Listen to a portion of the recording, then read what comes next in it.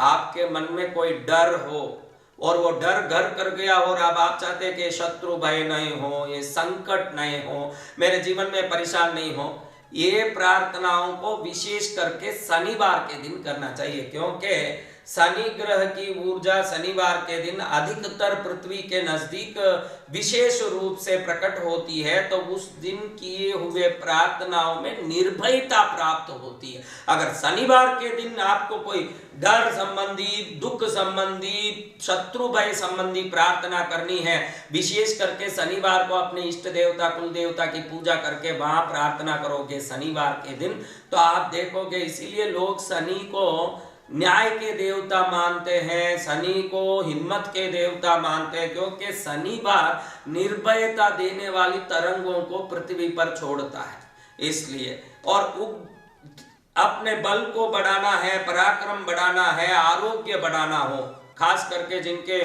घुटने दुखते हो, शरीर में बीमारी घड़ी घड़ी लगती हो, इम्यूनिटी कम हो, इन्फेक्शन घड़ी घड़ी आती हो, रविवार के दिन अपनी इष्ट की पूजा विशेष रूप से करें तो वो ज्यादा फायदा करता है। और जो शांति चाहते हैं, घर में अशांति है, परिवार में एकता नहीं है, बच्चे कहने नहीं मान रहे हैं, कोई आउट ऑफ लाइन है, तो अपने कुल देवी इष्ट देवता की पूजा सोमवार के दिन करें। आप उस दिन प्रार्थना करें तो शांति लाने में चंद्र का बहुत महत्वपूर्ण भाग है। आप देख सकते हैं कि जिस दिन चांद नहीं होता है अमावस होती है, तो उस समय समुद्र में जोर जोर से ज्वार भाटे आते हैं, लहरें उछलती है, मन की शांति और चंद्र का बहुत बड़ा भाग है। और जो सोमवार के दिन इष्ट पूजा करेंगे उनका अशांति पूर्ण रूप से मिट जाएगा और शांति निश्चित रूप से प्रकट हो जाएगा। ऐसे शांति देने वाले चंद्र देवता के लिए चंद्र की अलग पूजा करने की जरूरत नहीं, जो भी आप पूजा करो नहीं करो,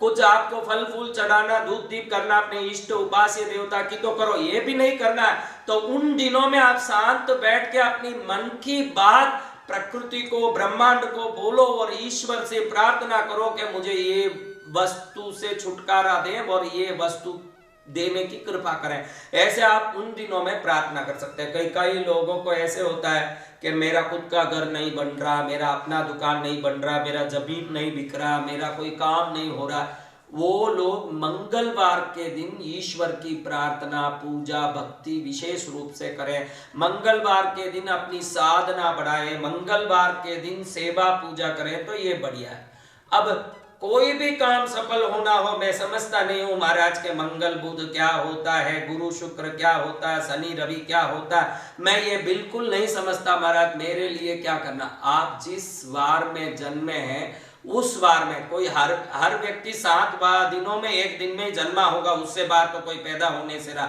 8वां वार तो कोई रहा नहीं, और उसी बार में आपका जन्म वार कौन सा, सोम मंगल बुध गुरु शुक्र शनि रवि,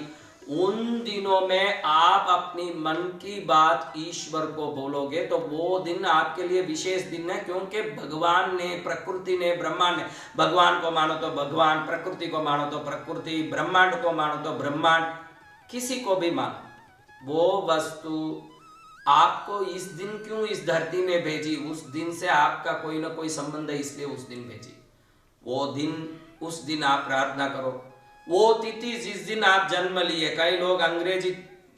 तारीख को जानते हैं, मैं अप्रैल 14 को जन्मा, भाई तू वो मान तो ठीक है, या हम भारतीय परंपरा से महीना मानते हैं, चैत्र महीने की शुक्ल पक्ष की अष्टमी तिथि, ऐसे आप मानते हो, तो उस तिथि को, उस पक्ष को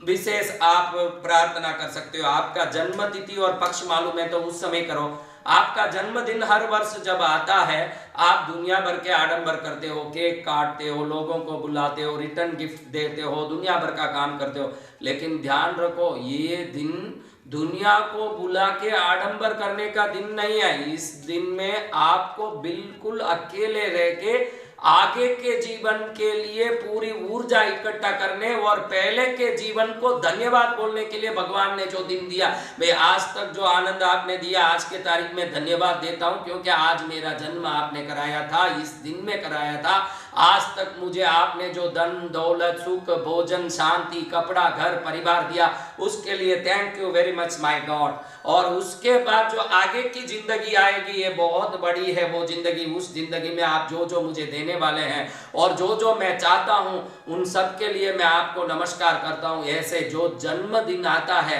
उस दिन शांति से अकेला बैठ के, जिसको मार्च 31 तारीख आ जाती है तो हर व्यापारी ईयर एंडिंग आ गया करके हिसाब संभालने लगता है। ध्यान रखना, हर साल व्यापार में जैसे हिसाब संभालते हो, हर साल जब जन्मदिन आ जाए तो पिछले का हिसाब न नया क्या करना इसका हिसाब करके अच्छे से बैठोगे तो वो दिन वो है जब धरती में भगवान ने आपको भेजा। ध्यान रखना, मोबाइल फोन सब एक सरीके दिखते हैं लेकिन सबके नंबर अलग होने से ही सब मोबाइल फोन काम कर रहे हैं। संसार में आदमी भी सब अलग दिखते हैं लेकिन ईश्वर ने सबको मोबाइल के नंबर की तरह अलग अलग एक गुण, अलग अलग संस्कार, अलग अलग सिद्धियां देके भेजी है। कोई प्रधानमंत्री बन रहे हैं, कोई राष्ट्रपति बन रहे हैं, कोई नेता बन रहे हैं, कोई धार्मिक संत बन रहे हैं, कोई व्यापारी बन रहे हैं, कोई संसार में कुछ करने जन्मे हैं।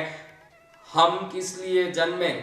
ये हम समझ ले तो अच्छा है, कम से कम ईश्वर से पूछ लें तो भी अच्छा है।